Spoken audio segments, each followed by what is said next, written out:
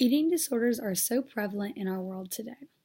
Within just the US, 30 million people are affected by this disorder. Globally, someone dies from it every hour. This is the highest mortality rate of any mental disorder. These are generally not well-known facts. People typically know about eating disorders, but they don't know how big of an effect it can cause on people's life and how drastic the outcomes of eating disorders can be. There are many different types, such as anorexia nervosa, bulimia nervosa, and binge eating disorder. These can affect people of all race, age, gender. It does not matter. It can haunt anyone. Because everyone is so different and they are affected by these things differently, there are different treatments for everyone that this affects. Each person must go seek help and get individualized help from a psychiatrist. I personally had a friend go through a very bad eating disorder. When she was around 13, she started to really work out a lot, and we thought she was just making a healthy lifestyle change. But the more and more it grew and it developed, she got older, it just seemed to get worse and worse.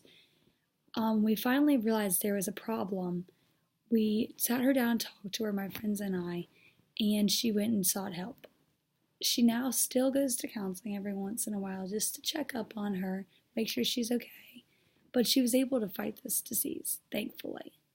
I don't know what I would have done if she would have been the statistic that had suffered major problems such as death from this disorder. It's so important to take these or watch out for these warning signs. And these can be anything from just a change in attitude of just your general life, or a change in attitude towards food, such as like eating less, not liking foods that you used to like, change in rituals of eating, such as eating alone instead of eating with your friends, or eating like really small portions instead of eating normal portions like you normally would. It's also important to watch out for obsessive mirror checking. This can be done a lot by teen girls. This is where it's most prevalent in. They sit and they look at the mirror all day long and they talk about something that's wrong with themselves and they point out everything that's bad. Excessive exercising can also be a problem, such as like going to the gym multiple times a day. Another problem would be hiding food wrappers. This is often done when people with this disorder, they hide food wrappers because they're doing it out of shame from what they ate. They don't want to put it in the trash can. They're like hiding it so that no one can see what they did. These are more difficult to recognize than one may think, as that most of them are done in secrecy. That's why it's important to always check in on your loved ones and make sure they're doing okay, even if you don't think there's a problem. I've gotten involved with my sorority's thing called body positivity movement. We call it Body Image 3D, where we encourage not only our sisters but also the community to love their bodies and to never fat talk is what we call it. And fat talk is just looking in the mirror and saying negative things about yourself, like I'm so fat, or why am I not as skinny as blank. This kind of talk not only brings down yourself, but it also brings down people around you. Loving yourself is also as important as loving others, because you can't help others if you can't help yourself.